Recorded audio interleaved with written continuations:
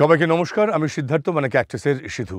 অবশ্যই Bangla rock, Bangla band এইসব গান বাজনা আমার চর্চার প্রধান বিষয়, কিন্তু তার বাইরেও বহু গান শুনেছি। অনেক রকম গান ভীষণ প্রিয়। তার মধ্যে সলিল চৌধুরীর কম্পোজিশন আমার ভীষণ ভীষণ প্রিয়। ভারতীয় সঙ্গীতের ক্যালেন্ডারে অত্যন্ত গুরুত্বপূর্ণ একটি তারিখ গেল গত 19শে নভেম্বর। লেজেন্ডারি সলিল চৌধুরীর 99তম জন্মদিন ছিল সেটা। তার মানে ওনার জন্মতিথির শতবর্ষ উদযাপন পালন শুরু হয়ে গেল। সো আমি ওনার এত বড় অনুরাগী, আমারও ইচ্ছে করলো কিছু একটা করতে। ওনার গান করাই যেত, গঙ্গা জলে গঙ্গা পুজো তো হয়, কিন্তু যেহেতু উনি নিরন্তর নতুন নতুন গান বানিয়ে গেছেন, সেই জন্য আমাদের ইচ্ছা ছিল একটা নতুন গান।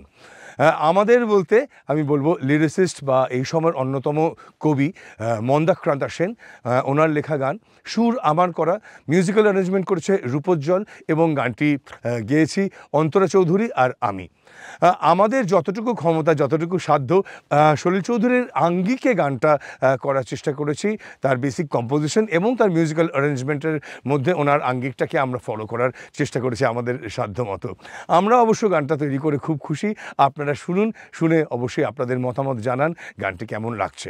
যত পথ সব উপচে গিয়েছে মিছিলে, গানে গানে তাকে জাগাতে তুমি এসেছিলে। তুমি বিপ্লব, তুমি অনুভব, তোমার গান তো ভাসে আকাশের ওই নীলে, তোমার গান তো ভাসে আকাশের ওই নীলে। লেজেন্ডারি মিউজিশিয়ানদের গান তো শুনেছি, মাঝে মাঝে একদম মনের ভেতর থেকে ইচ্ছে হয় তাদেরকে কিছু একটা ট্রিবিউট জানাই। তাই মহিনের ঘোড়াগুলির 3টি গান নিয়ে একটা সিরিজ বানিয়েছি।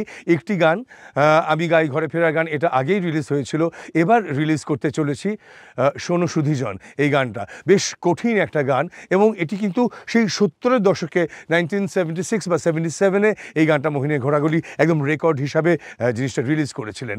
তো সেটার একটা ভার্সন আমি এবং আমার যে team Sidhu and the journey সবাই মিলে আমরা গানটা রেকর্ড করেছি, তার একটা ভিডিও বানিয়েছি এবং সেটা খুব শীঘ্রই প্রকাশ করব আমার Facebook page Sidhu SIDHU with blue tick, এবং আমার যে ইউটিউব চ্যানেল রয়েছে সিধু বাংলা রক, সেখান থেকে খুব তাড়াতাড়ি আসছে শোনো সুধীজন, মহিনের ঘোড়াগুলির প্রতি Sidhu and the journey tribute.